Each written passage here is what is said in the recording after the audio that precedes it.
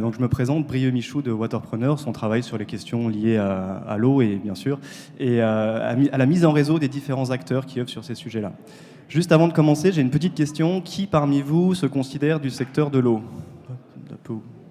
Ok, donc une majorité, super, c'est parfait. Alors, je vais d'abord dire un petit mot d'introduction. Comme vous le savez, du coup, la crise climatique est une crise de l'eau.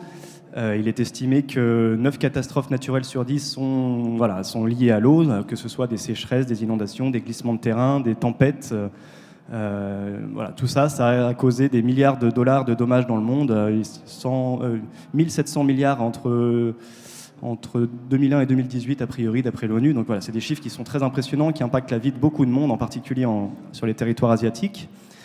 Et donc, soit il y a trop d'eau, soit il n'y en a pas assez, et ces extrêmes impactent très fortement nos vies, nos quotidiens. Donc nous épuisons nos réserves d'eau naturelles à un rythme effréné, et donc l'élévation du niveau de la mer en parallèle met en péril nos villes, nos deltas. Donc on est dans cette situation-là qui peut sembler un peu dramatique. Aujourd'hui, on a cette table ronde qui porte sur les sujets eau et adaptation. Comment les territoires européens anticipent les effets du changement climatique. Donc on a une forte dimension territoriale. On va essayer de comprendre comment les territoires, aux différents niveaux, peuvent avoir un impact sur le changement climatique, et en quoi l'eau a un rôle à jouer là-dedans et est tout à fait lié à ça. Il est souvent dit qu'il faut faire un choix entre prévention et réparation. Alors moi je pense que les deux sont essentiels. On doit commencer par la source, réduire les gaz à effet de serre, bien sûr, faire un usage efficace, efficient de la ressource.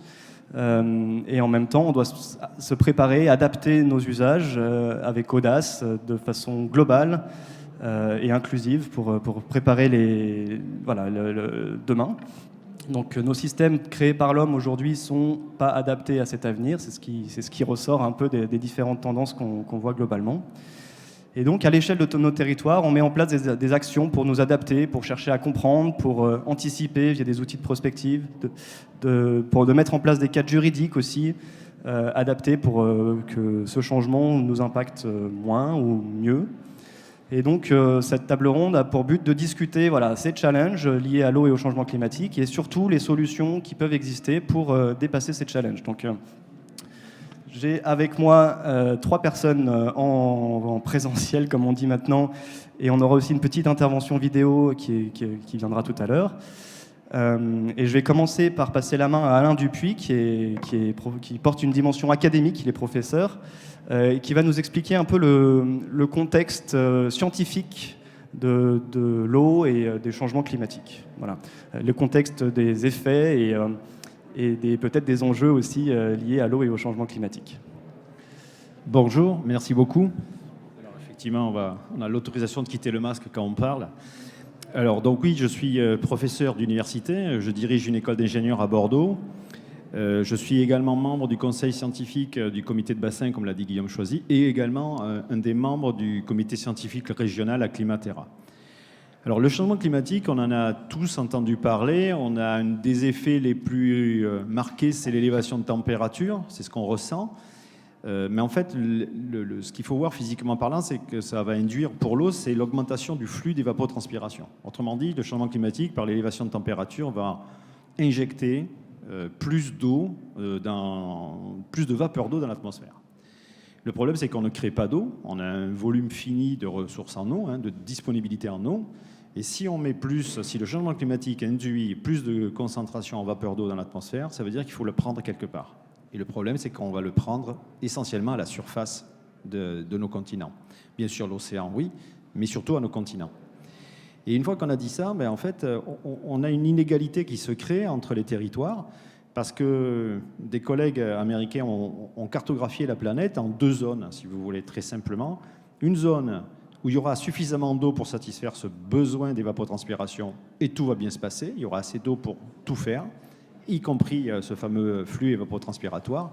Et il y aura des zones où il y aura trop d'énergie et donc pas assez d'eau. Et là, on va avoir des problématiques de limitation, voire perte de disponibilité. Donc, ce qu'il faut comprendre, c'est qu'on va classer le changement climatique, on va le cartographier en fonction de ses effets. Là, les effets sont indéniables, tout le monde constate la même chose. Après, vous avez parlé d'enjeux.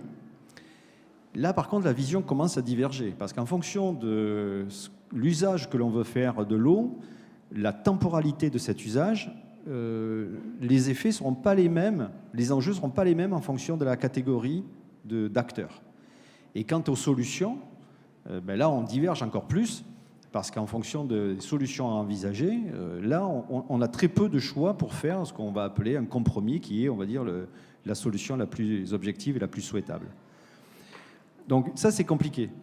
Et après, on va devoir retravailler, il va falloir faire un choix. Alors les scientifiques, ils sont là pour éclairer, ils sont là pour donner un socle de connaissances et faire en sorte que, enfin c'est ma pensée, c'est notre vision, faire en sorte qu'on puisse donner aux décideurs et aux acteurs des éléments de compréhension sur les effets réels et qu'on ne revienne pas en arrière. C'est peut-être une politique de petits pas, mais c'est une politique dans laquelle on ne stagne pas et on avance. Et une fois qu'on a fait ça, on constate, avec l'expérience dans le temps d'Acclimatera, on constate, y compris d'ailleurs au comité de bassin et au conseil scientifique, que les mentalités avancent, les discussions évoluent et ce n'est pas les mêmes questions qui sont posées et du coup les solutions envisagées non plus. Après, j'en terminerai. Vous avez parlé de solutions, vous avez parlé d'atténuation et d'adaptation. L'enjeu, l'atténuation, c'est majeur, il faut le faire. Sauf que c'est un temps long. La demi-vie du CO2 de l'atmosphère, c'est 100 ans. Donc, ce qu'on émet aujourd'hui, dans un siècle, il en restera 50% en masse. Donc, l'atténuation, c'est quelque chose d'un enjeu sur le long terme. L'atténuation, l'avantage, c'est que ça peut avoir des effets tout de suite. Et c'est là où il faut jouer sur les deux panels. Il ne faut surtout pas les dissocier. Voilà. Merci beaucoup pour cette introduction un peu scientifique qui nous aide à avoir un peu de contexte. Je vous propose qu'on commence à regarder un peu une dimension territoriale avec l'intervention de Philippe Seguin, donc de l'OIO, qui était censé être là, mais qui va nous faire une intervention en vidéo. Si c'est possible de la lancer maintenant. Bonjour, je suis Philippe Seguin de l'Office international de l'eau. Et je suis bien désolé de ne pas être parmi vous aujourd'hui. L'Office international de l'eau est une association qui a maintenant 30 ans et qui œuvre au développement des compétences pour une meilleure gestion de l'eau en France et à l'étranger, à travers un important centre de formation qui accueille environ 6000 stagiaires par an et une expertise en matière de gestion de données, d'appui institutionnel et technique, d'animation de réseau. Nous sommes 140 employés répartis à Paris, Limoges, La Souterraine et Sophie Antipolis, d'où je vous parle aujourd'hui. L'eau est la clé d'entrée privilégiée pour s'adapter au changement climatique. À l'international, nous travaillons à déployer la gestion intégrée des ressources en eau, GIR, selon ses différents piliers, la gouvernance, la planification, la gestion des données, les mécanismes financiers et la sensibilisation. Dans ce cadre-là, l'expérience française et européenne est hautement valorisable dans les différents pays. Dans nos projets, le changement climatique est une pression à considérer dans tous ses impacts, qualitatifs, quantitatifs, sur les zones humides, sur les connectivités, sur les événements exceptionnels, sur les activités économiques, le développement des conflits. Et ces impacts sont à travailler pour trouver un moyen et long terme, un équilibre entre les demandes légitimes de développement et le bon fonctionnement des écosystèmes.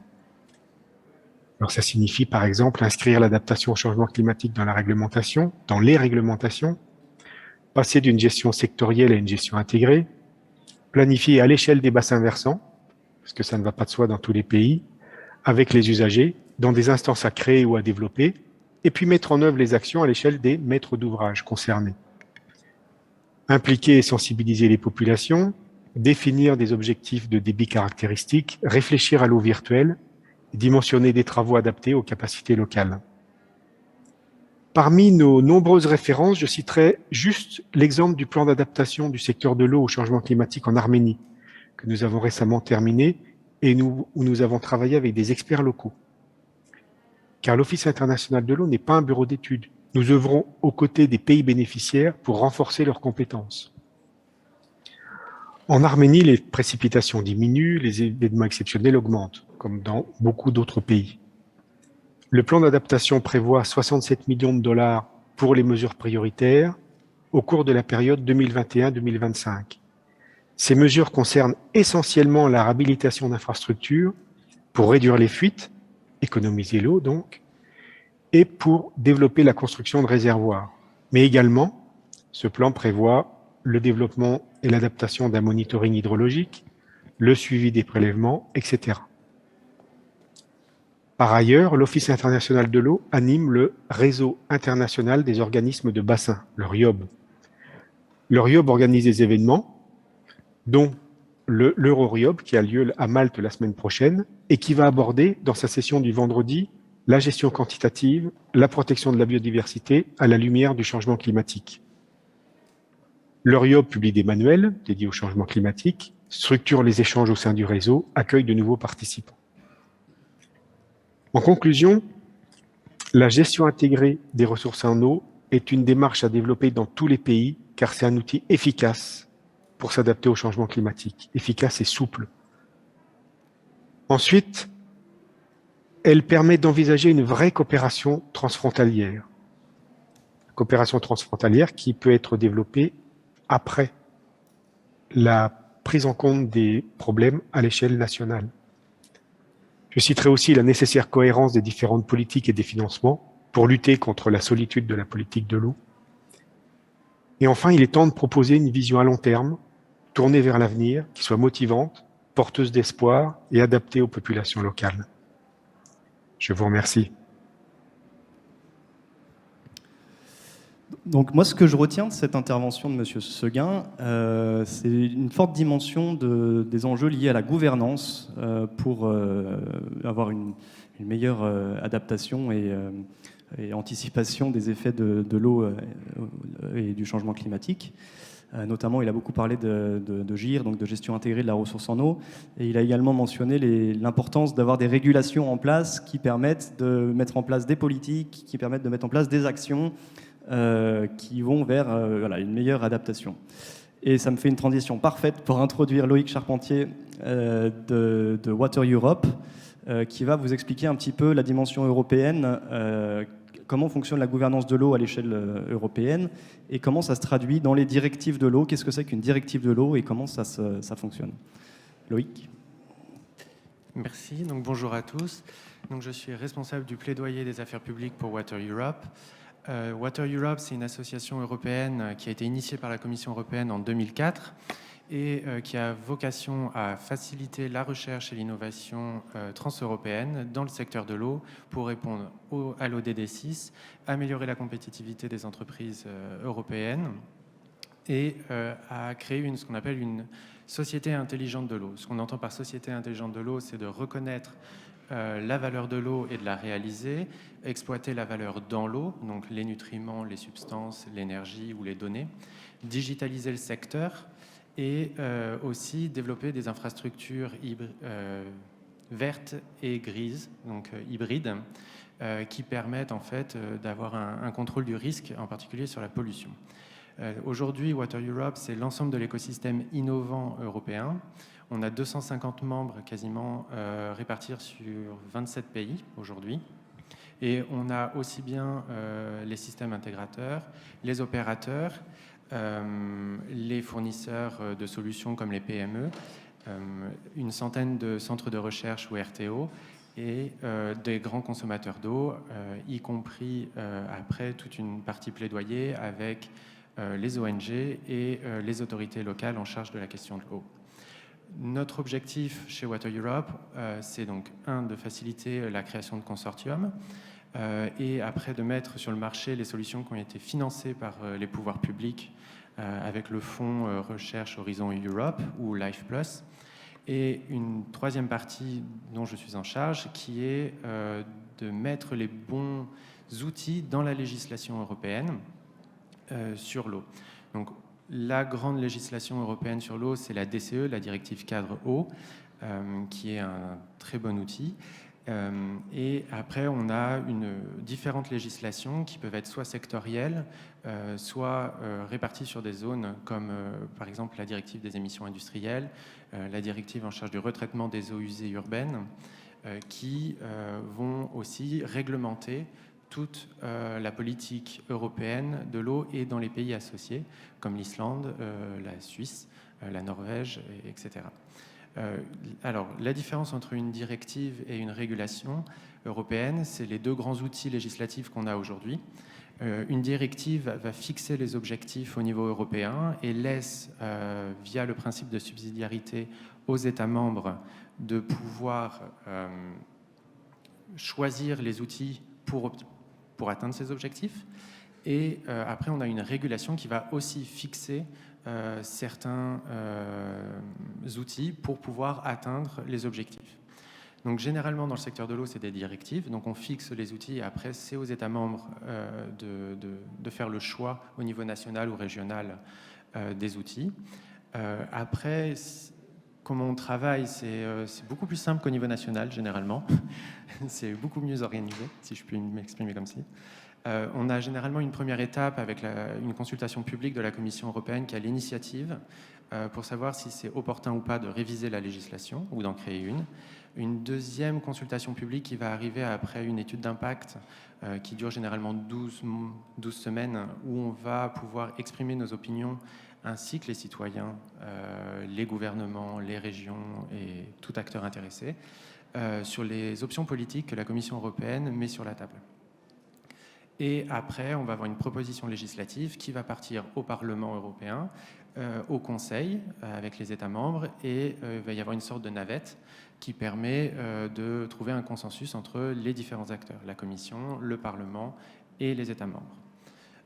Après, il y a plusieurs systèmes qui permettent aux parlements nationaux, par exemple, de tirer une sonnette d'alarme si nécessaire. Le dernier en date, qui s'est fait un peu a posteriori, c'est le Parlement de Wallonie sur le CETA. Mais voilà, il y a plusieurs acteurs qui peuvent intervenir. Aujourd'hui, les grandes questions, si je puis dire, pour l'Europe, c'est des questions qui vont arriver en France généralement 2 à 3 ans après. Nous, on travaille aujourd'hui sur les eaux de baignade, sur la directive du retraitement des eaux usées, la directive des émissions industrielles. On entendait les discours de ce matin qui parlaient par exemple de la stratégie agricole. Ça fait 1 à 2 ans que nous, c'est terminé à l'échelle européenne. Donc ça a déjà été verrouillé et c'est passé au niveau national pour son applicabilité. Donc, voilà. Et rapidement sur les enjeux liés au changement climatique, dans la directive cadre européenne, comment ça se traduit ? Qu'est-ce qui se passe ? Qu'est-ce qu'il y a comme outil ? La directive cadre européenne, c'est vraiment ce qui a fixé pour nous la gestion et la gouvernance au niveau des bassins. Après, ce n'est pas une directive qui aujourd'hui est beaucoup travaillée à l'échelle européenne. On a eu, il y a 1 an et demi, une étude pour savoir si c'était opportun ou pas de la réviser. Il a été fait le choix de ne pas ouvrir la révision de cette directive. Première chose, parce que les objectifs n'étaient pas atteints en matière de réduction de pollution, d'effectivité de la gouvernance. Oui, pour préciser un peu, à l'échelle européenne, la compétence sur l'eau est que sur la question de la qualité de l'eau. On a une interprétation extensive de l'article dans les traités sur la qualité de l'eau qui permet de toucher, par exemple, à l'efficience, mais on n'est pas responsable ou on ne peut pas légiférer normalement sur la question quantitative. Donc on va toujours aller sur la question qualitative, mais après on regarde si les objectifs qui sont mis dans les directives sont atteints ou pas, et en fonction de ça, on va aller à la révision ou pas. Donc pour nous, ce n'est pas un sujet aujourd'hui, la directive cadre. On n'est plus sur des approches sectorielles aujourd'hui, par exemple avec l'industrie, le textile, les produits pharmaceutiques, l'agriculture. Le textile, c'est la dernière où on attend aujourd'hui la position de la Commission. Et du coup, ça renvoie cette compétence à l'échelle notamment des bassins, donc des bassins versants, et ça fait une bonne transition pour introduire Françoise Goulard, qui est experte recherche et prospective à l'Agence de l'eau à Dour-Garonne, qui a déjà été introduite, mais qui va nous donner un peu la perspective plus locale dans le bassin versant dans lequel nous nous trouvons actuellement, et le rôle de l'anticipation, comment on peut anticiper différents scénarios justement qui vont nous permettre de faire des choix pour mettre en place des politiques locales adaptées pour cette adaptation. Françoise ? Oui, alors très bien. En effet, nous sommes en France 6 agences de l'eau qui mettons en œuvre la politique publique de l'eau. Et donc, dans ce cadre-là, notamment la directive cadre européenne qui a été définie en 2000 et appliquée en France à partir de 2006. Donc là, c'était pas 2-3 ans, c'était 6 ans pour la traduction en droit français. Et en effet, plutôt centrée sur la qualité de l'eau, et qui n'intègre pas la problématique du changement climatique. Or, nous, du fait de l'alerte des scientifiques, puisque j'ai la chance d'animer le conseil scientifique du comité de bassin, qui est notre parlement de l'eau et qui donc a une cellule d'appui sur les questions scientifiques, on a été alerté quand même dans les années, on va dire, entre 2000 et 2010, sur l'impact du changement climatique sur le cycle de l'eau. Et du coup, en termes d'anticipation, on s'est dit qu'il fallait vraiment qu'on agisse, donc appuyer sur un socle de connaissances, même s'il y avait des incertitudes. On a lancé une étude prospective qui s'appelait Garonne 2050 et qui a fait un peu, se projeter en 2050 et à voir quel type de territoire à quel type de projection hydroclimatique déjà on pouvait s'attendre, et du coup quel type de territoire pour s'adapter à ces évolutions en termes notamment sur l'aspect quantitatif qui n'était pas pris en compte par la directive. Donc nous, on s'attend dans le sud-ouest, à l'échéance 2050, à avoir des baisses de débit dans nos rivières de l'ordre de moins 20 à moins 40% sur l'année, et des pointes, des pics à la baisse, notamment l'été, ce qu'on appelle la période d'étiage, les basses eaux, donc qui serait plus précoce, plus intense l'été et plus long dans la saison, donc notamment à l'automne. Donc face à ces constats, en fait, on a vraiment eu l'idée, et c'est la première agence à le faire en France, un gros exercice de prospective participatif avec les membres du comité de bassin. Le comité de bassin, c'est notre parlement de l'eau, hein, c'est là où sont réunis les usagers, les collectivités. Et donc, de cet exercice de prospective, ça a vraiment servi à sensibiliser les gens sur qu'il fallait agir, qu'il ne fallait pas être en train de subir ce qui nous arrivait, et donc aller vers de l'adaptation.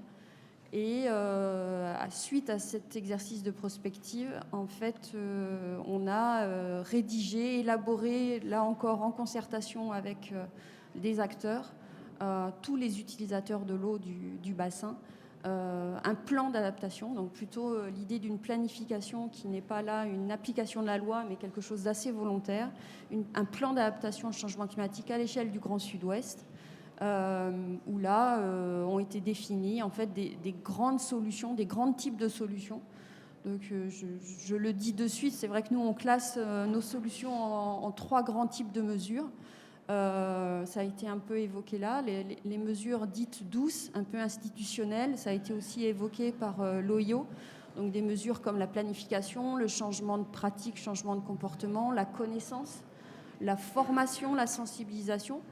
Ça, ce sont des mesures donc dites immatérielles, douces, très importantes comme levier d'action, hein, vraiment, et notamment la gouvernance à l'échelle des bassins versants, à l'échelle des territoires concernés par la ressource. D'autres mesures qui sont des mesures dites vertes, fondées sur la nature. Donc dans notre domaine, c'est la préservation des zones humides, par exemple. C'est aussi la transition agricole vers de l'agroécologie en préservant davantage le sol et les paysages. C'est aussi la restauration des cours d'eau et notamment la bienveillance qu'on doit avoir auprès des ripisylves, hein, tous ces arbres et ces végétations en bord de rivière qui sont quand même très très utiles. Et associé à ces mesures vertes, des mesures grises, ça a été évoqué, donc plutôt basées sur des infrastructures, de la technologie, donc des stations d'épuration de plus en plus performantes, des équipements hydroéconomes, du soutien d'étiage. Alors c'est une particularité dans notre bassin, c'est du soutien d'étiage, c'est-à-dire utiliser l'eau des réserves hydroélectriques pour réalimenter les rivières l'été. Enfin voilà, des choses basées sur les infrastructures et la technologie. Super, merci beaucoup.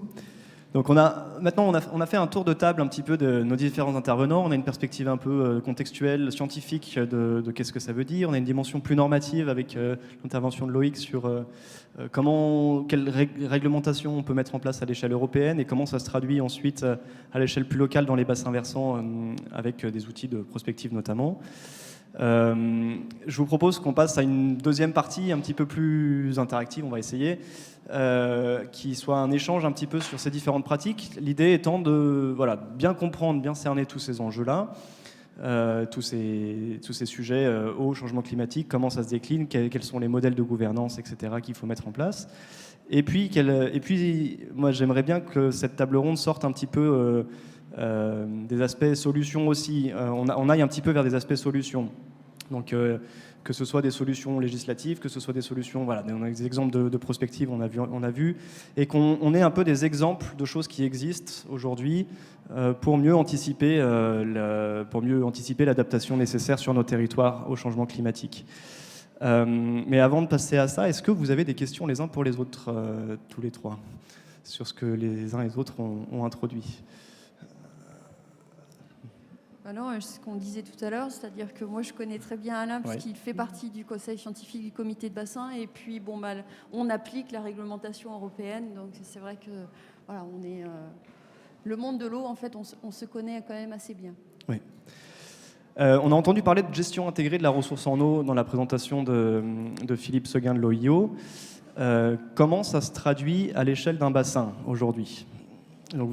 Françoise. Oui, alors à l'échelle d'un bassin, tout dépend aussi de ce qu'on appelle bassin versant. Nous, par exemple, à l'Agence de l'eau, on s'occupe du grand quart sud-ouest de la France, de la Charente aux Pyrénées. Donc, en fait, à cette échelle-là, on appelle ça le grand bassin versant du sud-ouest de la France, c'est-à-dire en gros des eaux qui se jettent vers l'océan Atlantique.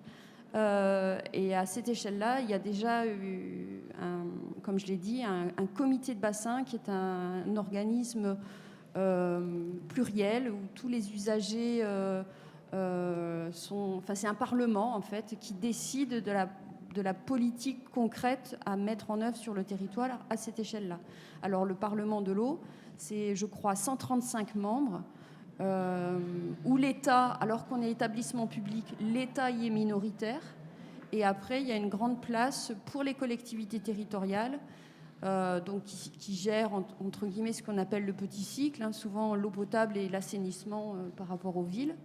Et puis, des usagers qui soient économiques ou non économiques. Donc, les usagers économiques, les industriels, les énergéticiens, les agriculteurs.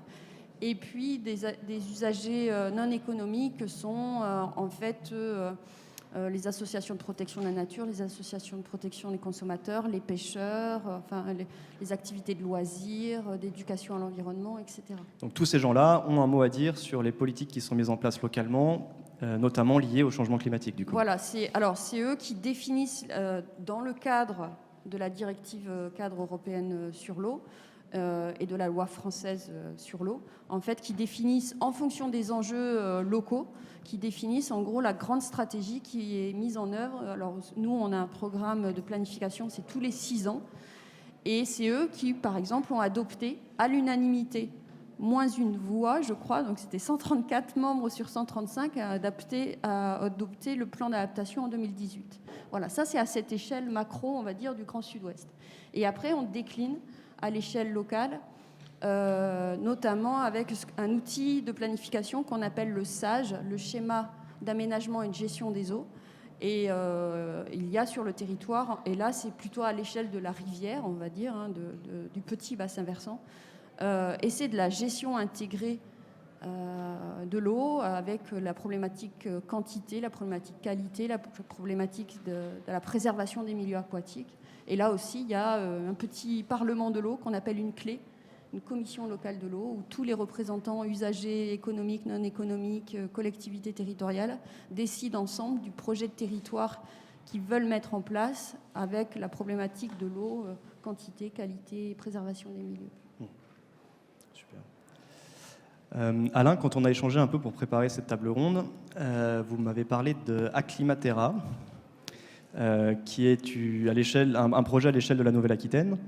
Est-ce que vous pouvez nous le présenter et nous dire un peu en quoi cet exemple-là est parlant dans le cadre de cette table ronde? Alors effectivement, Acclimatera, c'est né en 2008 de la volonté du président de la région Aquitaine à l'époque, Alain Rousset, de faire par des alertes, on va dire, qu'on avait pu lui émettre, lui faire remonter, de faire un bilan des connaissances sur les effets du changement climatique sur le territoire d'Aquitaine. Alors ça a été ensuite publié en 2013 et étendu avec la nouvelle extension de la région à Nouvelle-Aquitaine en 2018. Donc on a produit 2 ouvrages sur un modèle, alors c'est pompeux, mais de mini-GIEC, c'est-à-dire un collège de scientifiques. On était jusqu'à 450 au total pour rédiger ces 2 ouvrages.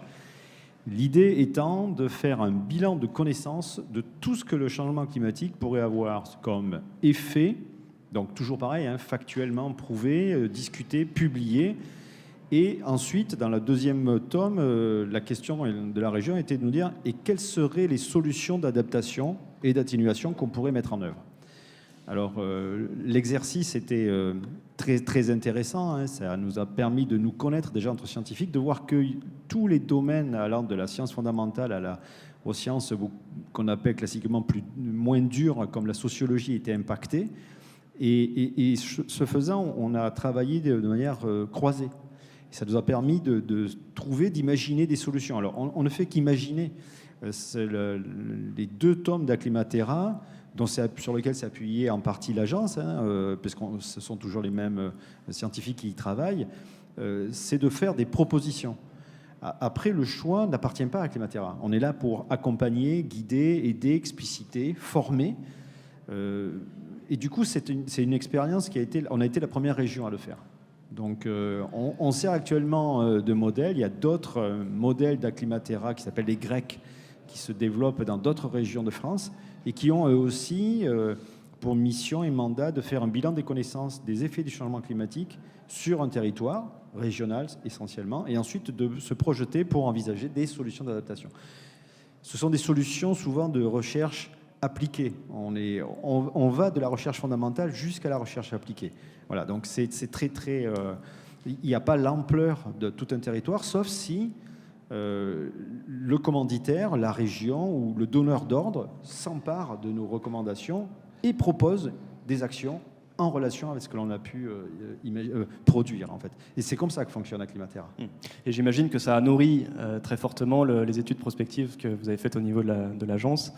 Oui, alors en fait, voilà, l'étude prospective, c'est pas de la science-fiction, en fait. C'est basé sur un diagnostic scientifique éprouvé. Et donc, on a besoin de cette science, et notamment des projections hydroclimatiques. Mais je rejoins Alain, c'est pas juste de l'hydrologie et du climat. On a besoin aussi d'autres sciences, de l'écologie, des gens qui s'intéressent plus à la chimie de l'eau, des juristes, des sociologues, des économistes, en fait.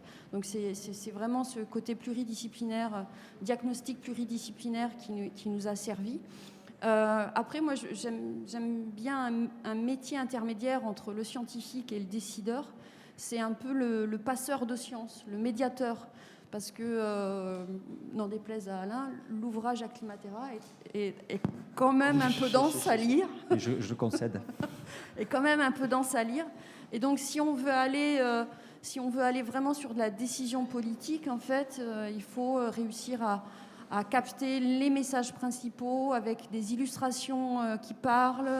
L'élu, généralement, il n'a pas beaucoup de temps, l'acteur économique encore moins. Et du coup, il faut vraiment avoir, entre ce socle de connaissances et la décision, avoir des médiateurs, des passeurs de science, j'appelle ça. C'est très important. Il y a tout un rôle de vulgarisation, du coup. Alors, j'ai pu visionner 3 vidéos que vous avez réalisées à l'agence qui présentent des scénarios possibles liés à l'étude Garonne 2050, si je ne dis pas de bêtises. Est-ce que vous voulez nous les présenter très rapidement, juste pour qu'on comprenne en fait que voilà, le travail, c'est de regarder les effets du changement climatique et du coup d'imaginer quel levier on a d'un point de vue plus politique dans la gestion de la ressource, que ce soit sur, comme on disait tout à l'heure, sur les aspects plus politiques. Est-ce qu'il faut mettre des infrastructures, des solutions grises, des solutions vertes, un peu des deux, combien ça coûte, quels arbitrages on fait.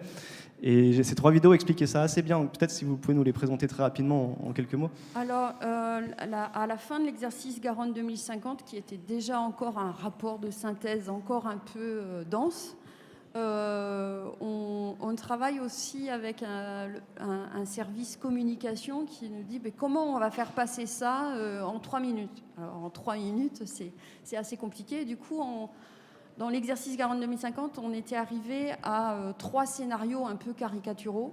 Donc souvent, quand on fait de la prospective, il ne faut pas s'arrêter à 3 parce que généralement, il y en a un pessimiste, un optimiste et puis un médian. C'est ce qu'on a fait. On a fait un pessimiste qui donne vraiment pas envie d'habiter le territoire du Sud-Ouest en 2050. Un optimiste qui est sans doute pas atteignable parce qu'on n'aura pas les moyens de cette ambition-là. Et puis quelque chose d'intermédiaire en fait. Voilà. Et du coup, on est parti pour imaginer le futur sur un petit dessin animé. Et donc là, on a travaillé du coup avec des graphistes, avec des gens qui ont de l'expertise dans le domaine de la communication. Il a fallu raconter une histoire, donc des chiffres et des faits techniques et des propositions scientifiques. On a commencé par faire un récit qu'on a illustré. Et donc du coup, on n'a pas fait Garonne 2050 en 3 minutes, mais en 3 fois 3 minutes. 3 minutes. Voilà. Et donc tout cet enjeu d'expliquer en fait ce que c'est que la gestion intégrée de la ressource en eau. Finalement, c'est un peu ça le message. Et quel levier on a pour avoir un impact, nous citoyens, nous politiques, nous entreprises, nous États, collectivités, etc. C'est bien de ça qu'il s'agit. L'idée, c'était de donner envie à chacun d'agir à son échelle. Mais là, on était quand même sur l'idée de la planification et de la décision publique. C'est bien le Parlement de l'eau et la mise en œuvre de solutions, ce qu'on appelle des solutions planifiées, d'actions, de stratégies politiques. Après, évidemment, ça parlait aussi à chaque usager économique et ça parlait à chaque citoyen. Mais notre objectif, nous, Agence de l'eau, c'est bien la production et la mise en œuvre de politiques publiques de l'eau.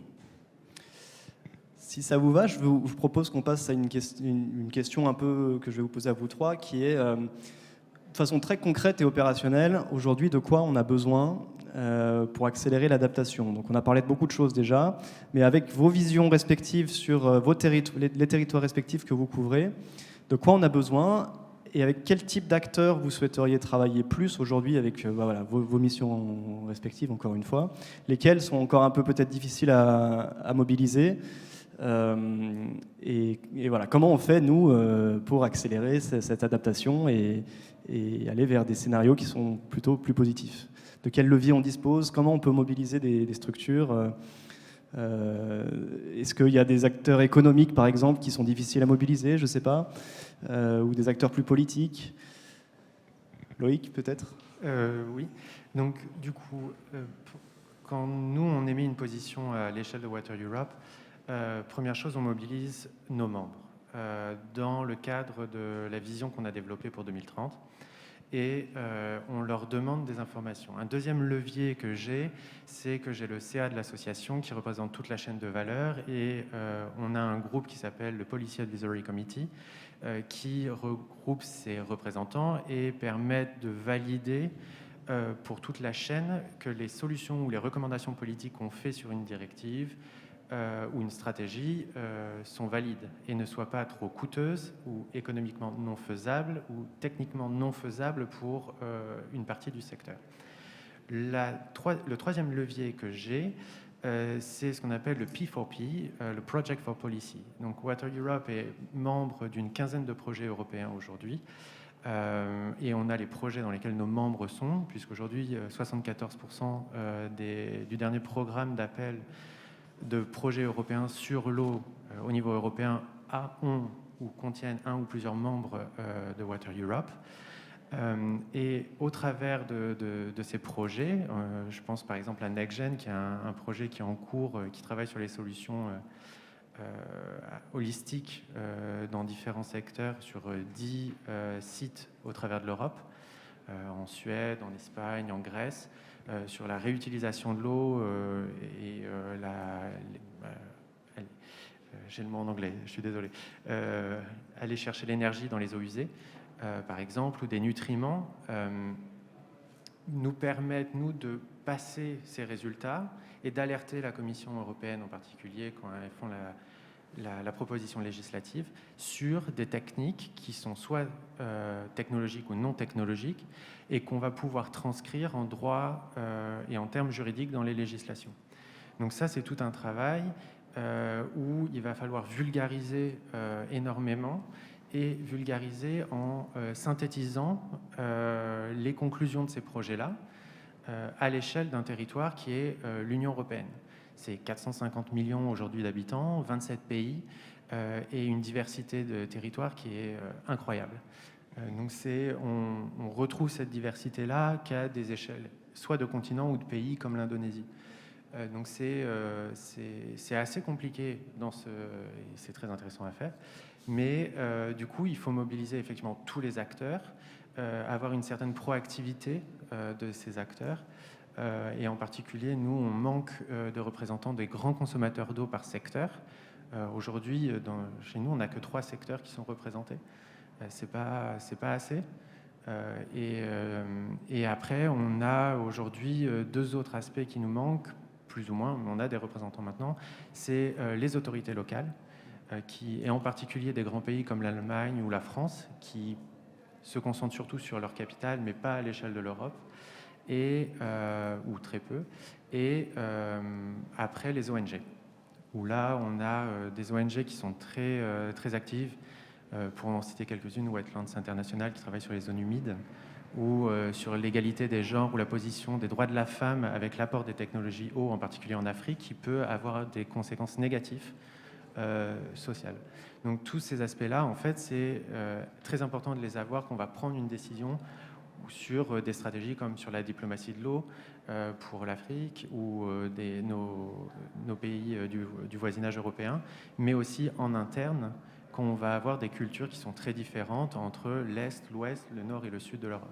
Donc c'est pour des consultations, principalement. Des consultations ou des échanges européens. Donc on peut organiser des sortes de conférences d'1 à 2 heures avec les chefs d'unité de la Commission européenne, des parlementaires européens, avec des scientifiques, des responsables, les coordinateurs de projets européens, pour qu'ils échangent sur les problématiques. NextGen, par exemple, a sorti, pour reprendre cet exemple-là, une étude sur l'acceptabilité par la société et les citoyens de l'utilisation des eaux recyclées dans des processus urbains. Et on voit qu'en fait, il n'y a pas de barrière psychologique ou sociale là-dessus. Donc ça permet, nous, d'ouvrir la possibilité après de transcrire ça dans des discussions et des débats à l'échelle européenne. Donc dans la salle, il y a des gens qui travaillent sur les questions, enfin sur l'eau de façon générale, d'après ce qu'on a compris. Est-ce qu'il y a un message particulier que tu veux transmettre à ces gens-là ? Nous, c'est de monter à Bruxelles, parce que généralement, la législation qui va arriver au niveau français, elle est déjà complètement verrouillée par nos directives. Donc, tant que je n'ai pas les informations, je ne peux pas la verrouiller correctement avec les bons éléments. Et aujourd'hui, une grande différence entre le modèle français politique et le modèle européen, c'est que le lobbying se fait à Bruxelles. Les plus grands lobbies, c'est par exemple la Bavière. C'est pas bon, il y a d'autres grands lobbies, mais ces lobbies vont exprimer auprès de la Commission européenne, du Conseil et des parlementaires leur point de vue.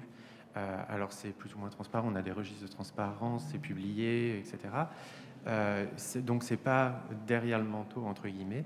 On a des contraintes là-dessus, mais du coup, comme c'est assez poreux et qu'on a énormément de débats sur la place publique, les institutions européennes sont très friandes de ces informations-là parce qu'on a très peu de fonctionnaires européens. Il y en a moins de 50 000 pour 450 millions d'habitants. Donc, ils ont besoin d'avoir ces informations qui remontent du terrain par les associations européennes, par les associations nationales, par les associations régionales ou les gouvernements locaux, régionaux et nationaux. Donc, vous l'aurez compris, allez remonter vos informations à Loïc.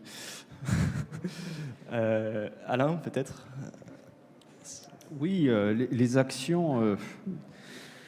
Les actions, les acteurs. Les actions et les acteurs. Alors, le monde académique, nous, on est là, on va dire, pour être force de proposition. Ce que l'on cherche à développer actuellement sur le territoire, je vais parler maintenant du territoire du bassin et plus de Nouvelle-Aquitaine, ce sont des démonstrateurs, des pilotes.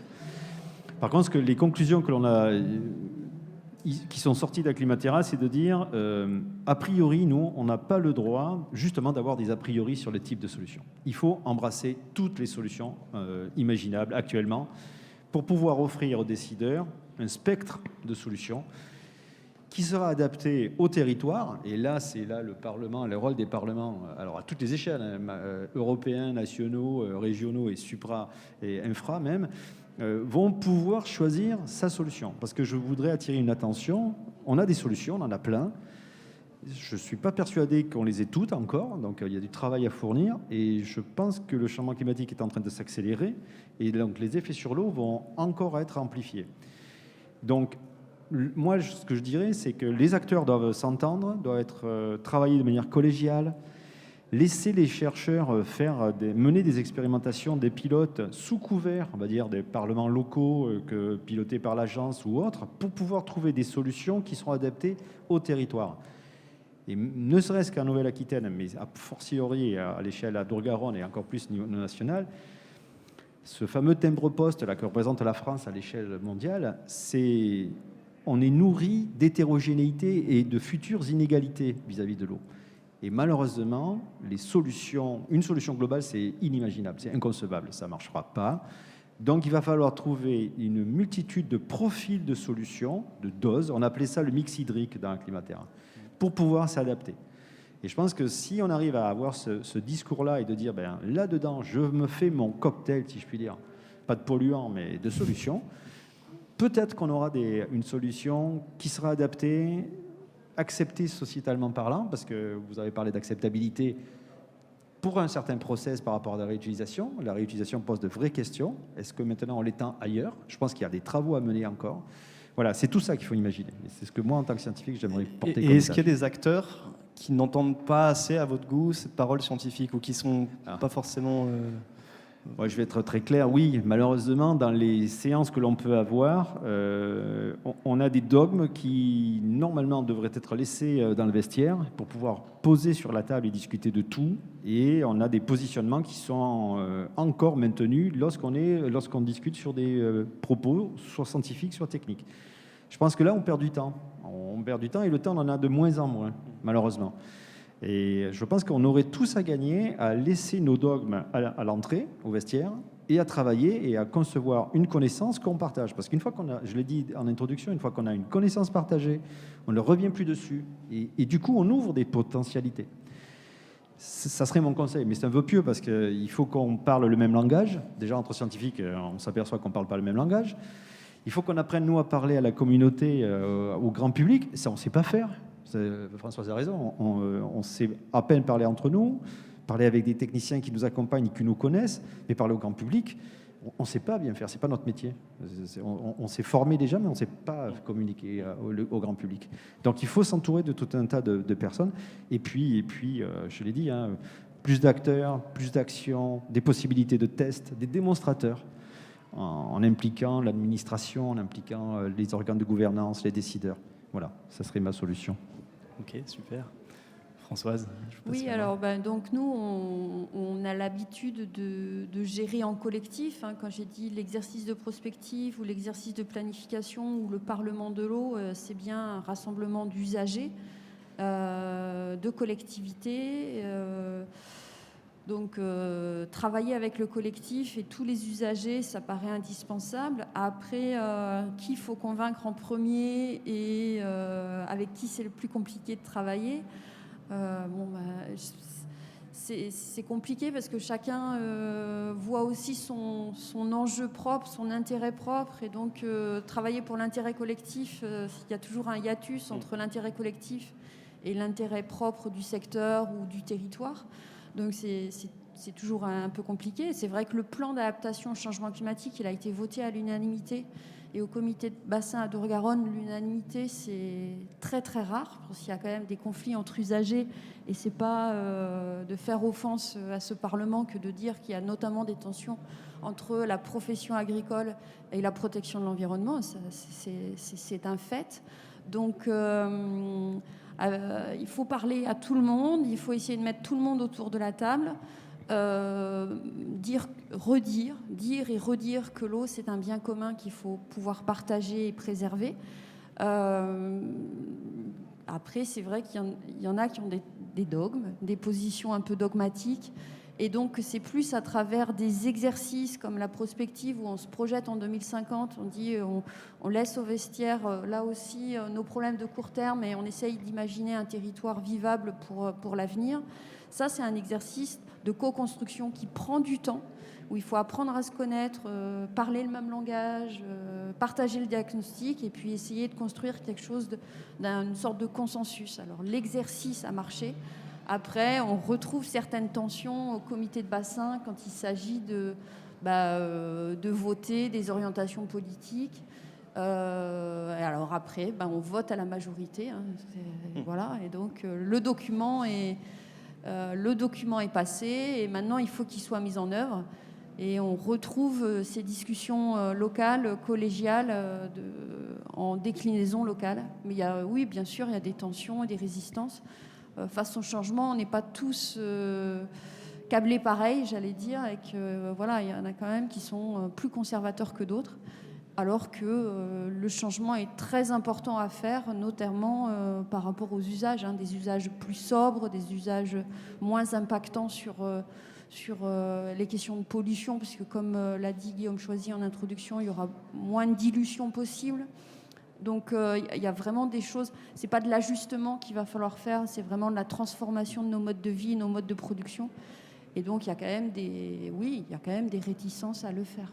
Et donc bien comprendre les intérêts, les enjeux de chaque acteur, pourquoi cette ressource est importante pour eux, comment ils l'utilisent, comment ils pourraient l'utiliser mieux, et avoir une fluidité entre guillemets entre ces différents acteurs pour que chacun comprenne mieux qui fait quoi, qui a intérêt à quoi, et ensuite mettre en place des actions qui vont dans le meilleur sens pour tout le monde. C'est de ça qu'il s'agit. Oui, c'est ça, mais j'insiste sur vraiment partager le diagnostic, l'ampleur de l'efficacité de telle solution par rapport à telle autre.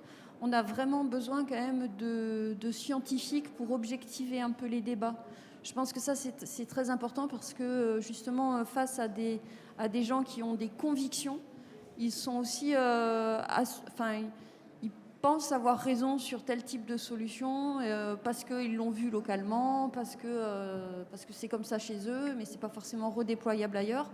Donc je pense que plus que jamais, comme les sujets sont complexes, il faut vraiment aussi qu'on sorte les scientifiques de leur labo, j'allais dire, et qu'ils viennent avec nous au niveau des phases de concertation pour être là comme une sorte de veilleurs pour objectiver les débats et pas laisser dire non plus n'importe quoi et donc monter en conflit, on va dire, potentiel.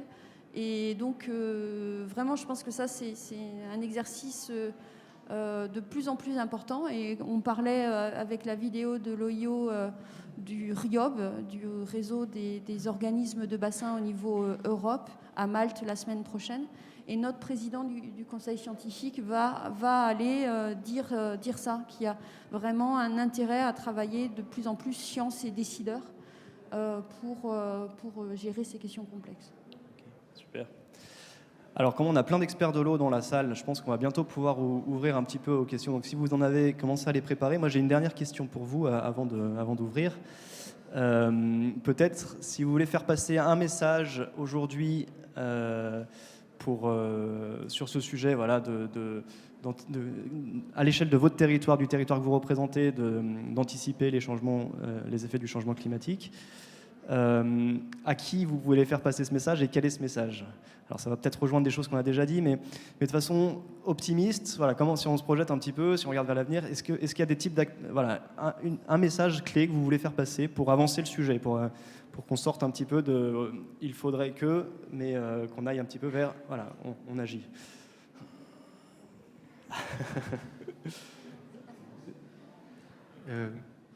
Loïc.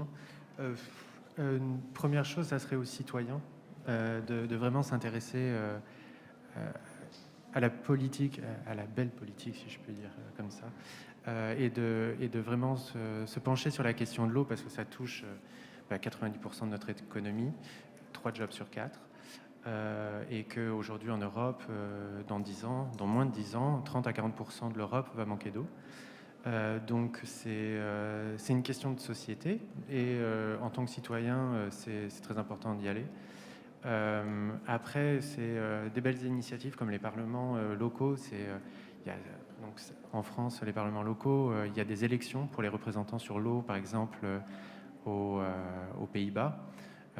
À Malte, c'est même directement un ministère qui est en charge des questions de l'eau. Donc ça permet d'offrir de la visibilité à l'eau, parce qu'il y a un gros travail d'éducation à faire aussi à l'échelle européenne. Il y a un Parlement européen et mondial de la jeunesse pour l'eau aussi qui existe. Oui, avec ASMIC qui en est la présidente et qui est très actif, qui vient d'ailleurs d'Arménie, comme on a cité ce pays.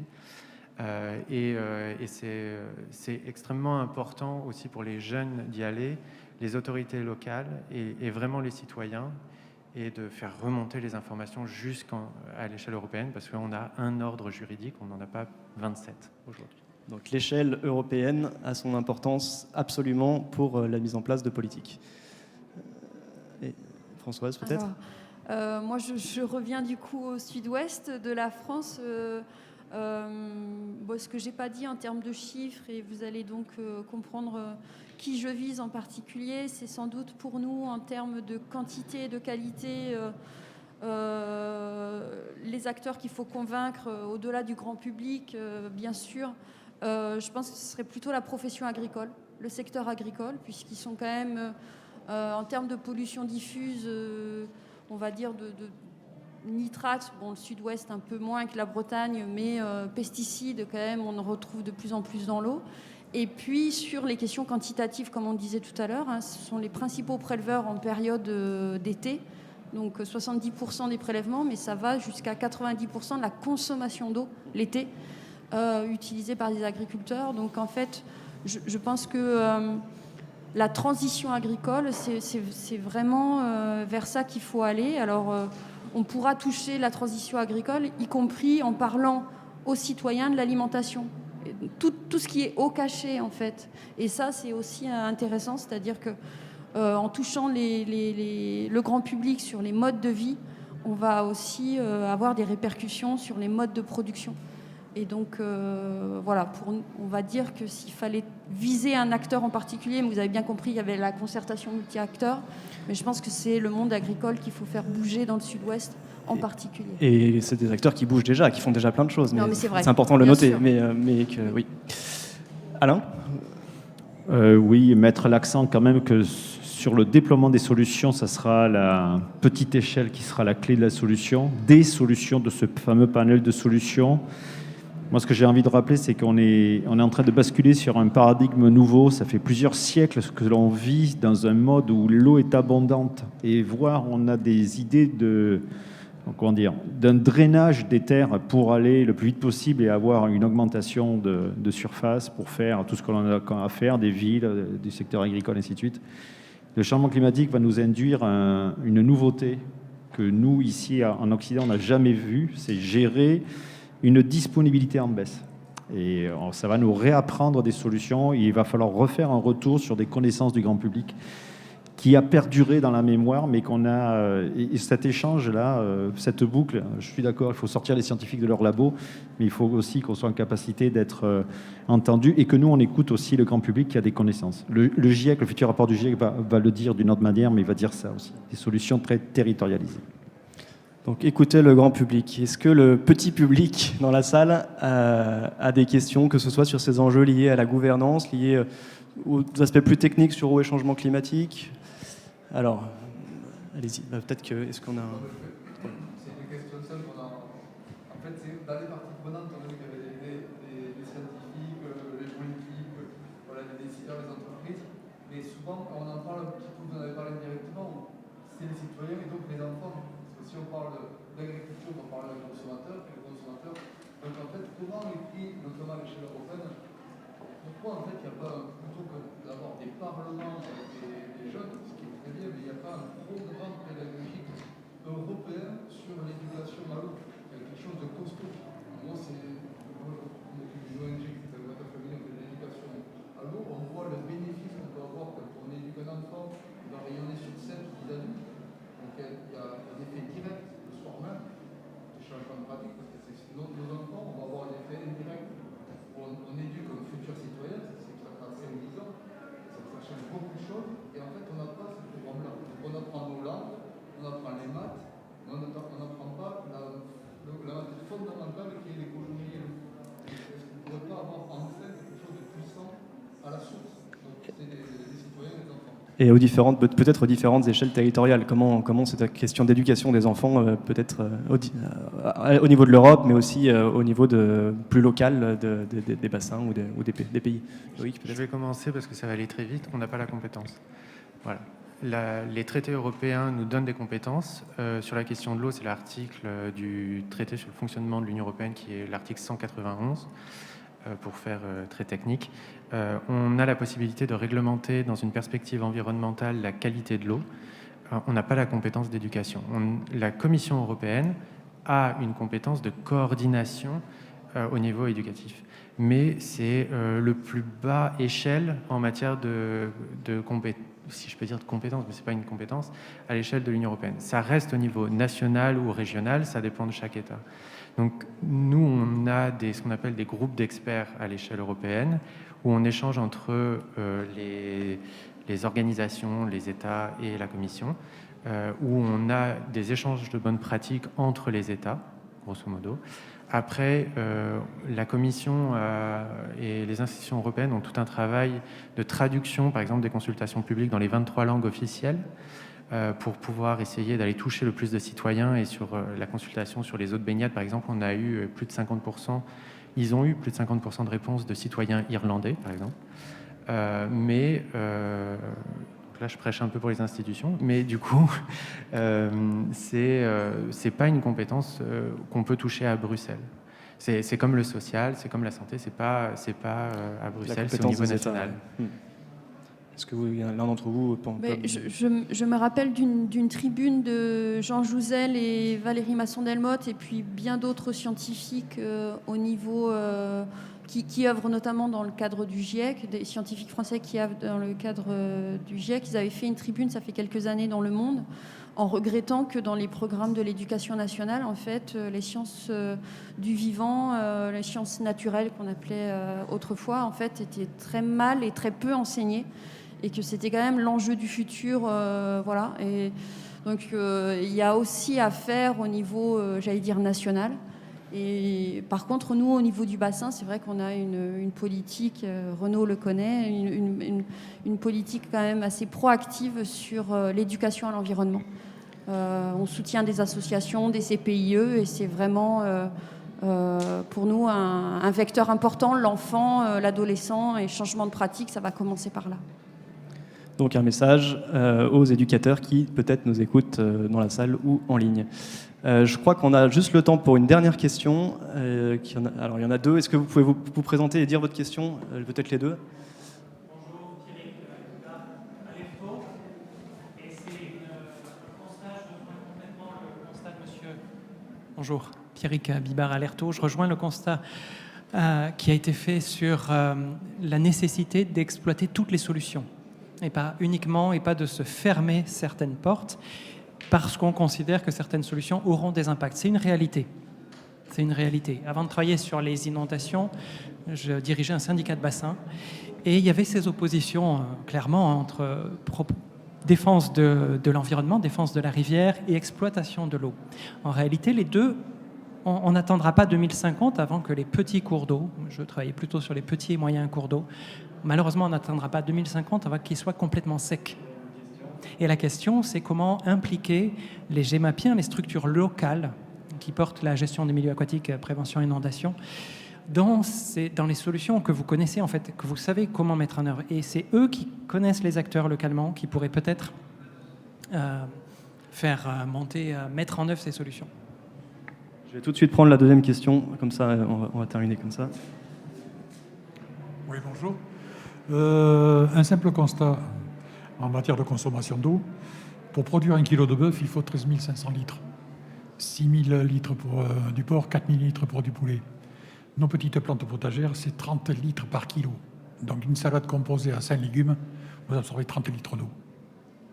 Un autre exemple, les arbres que nous avons ici en ville, un petit peu partout, la consommation d'un platane, c'est 50 litres d'eau par jour. En règle générale, sur 100 litres d'eau que vous apportez à une plante, les plus gourmandes n'en consommeront que 6 à 8 litres. Ça, il faut en prendre conscience. C'est tout. C'est votre point. Ok, super, merci. Peut-être vous voulez répondre à la première question? Oui, les syndicats de rivière, bien sûr, ce sont nos partenaires sur les territoires. Et en fait, quand je disais que c'était à l'échelle locale qu'il fallait œuvrer, on n'a pas eu le temps de parler. J'ai évoqué les sages, mais j'ai évoqué aussi, on aurait pu évoquer d'autres outils de gouvernance locale. Et nous, par notre programme d'intervention en termes de soutien financier, on soutient les syndicats de rivière qui œuvrent dans le cadre de la protection de la rivière, mais ça va au-delà avec l'usage, les usages qui vont autour. On a l'habitude de dire, on commence à faire des évaluations, que 50% de notre programme financier à l'Agence de l'eau va vers des mesures qui vont dans le sens de l'adaptation, que ça soit directement ou indirectement. Et donc en 2020, ça faisait quand même 160 millions d'euros qui étaient destinés à l'adaptation de nos territoires en donnant des subventions aux acteurs locaux et notamment les syndicats de rivière, bien sûr. Merci. Est-ce que vous voulez chacun dire un dernier petit mot conclusif? Peut-être. Pas forcément, je pense qu'on a dit déjà beaucoup. Après, ça va être beaucoup de technique, donc je laisse la place. Ok. Alain? Non, pareil. Pareil. Bon, je crois qu'on a terminé. Merci beaucoup.